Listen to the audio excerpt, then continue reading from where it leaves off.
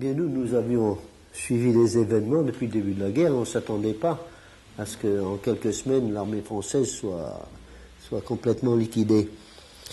Mais quand c'est arrivé, nous nous sommes dit, il y a 40 millions de Français sous la botte allemande, il y en a 60 millions outre-mer, c'est à ceux d'outre-mer qui sont libres d'aller libérer la métropole. Le 5 mai 1941, c'était le grand départ à bord du Zélandia. Et puis vous, monsieur Henri Meyer, vous y étiez, vous faisiez partie de cette aventure, on peut le dire. Alors comment s'est passé ce départ? Il y avait un rassemblement au port de Nouméa pour l'embarquement. Nous avions d'abord été rassemblés à la caserne quelques jours auparavant, évidemment, parce qu'il fallait quand même constituer ce bataillon, qui était fait de civils, dans le fond, parce qu'il n'y avait aucun militaire de carrière. Parmi les volontaires, nous étions tous des civils.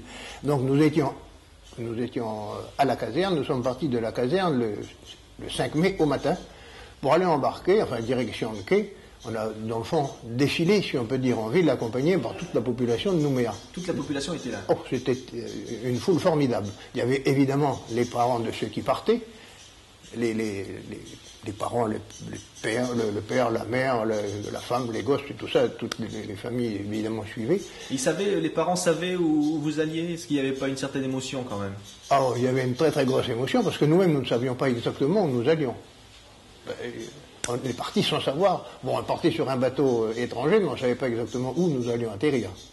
C'est ton mère qui nous a dit, bon, on va à Sydney. Alors nous avons embarqué. Évidemment, il y a le contrôle d'embarquement, on a tous embarqué, adieu à la famille, et puis on est monté sur le bateau. Et à 2h de l'après-midi, nous avons décollé. Mais tous les gens sont restés sur le quai, il y avait une foule formidable, même à l'heure du repas, les gens sont restés là.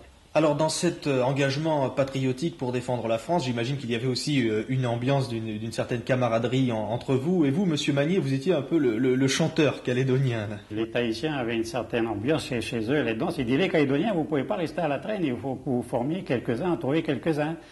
Et alors, comme les copains avaient eu l'occasion de m'entendre chanter, ils m'ont dit, adjudant Magnier, là, toi, tu as un petit brin de voix, tu vas essayer, Alors tu vas nous représenter. Alors, à partir du Zélandia, je faisais partie du comité de fête du bataillon. Et vous chantiez alors? Et je chantais bien sûr des chansons de corps de garde pour les copains, mais j'ai chanté également à Sydney, à la radio de Sydney, j'ai chanté à la mairie de Melbourne.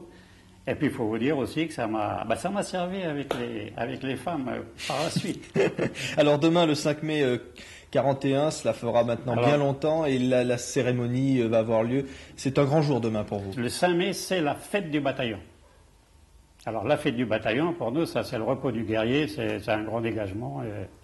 Malheureusement, les rangs s'éclaircissent chaque année.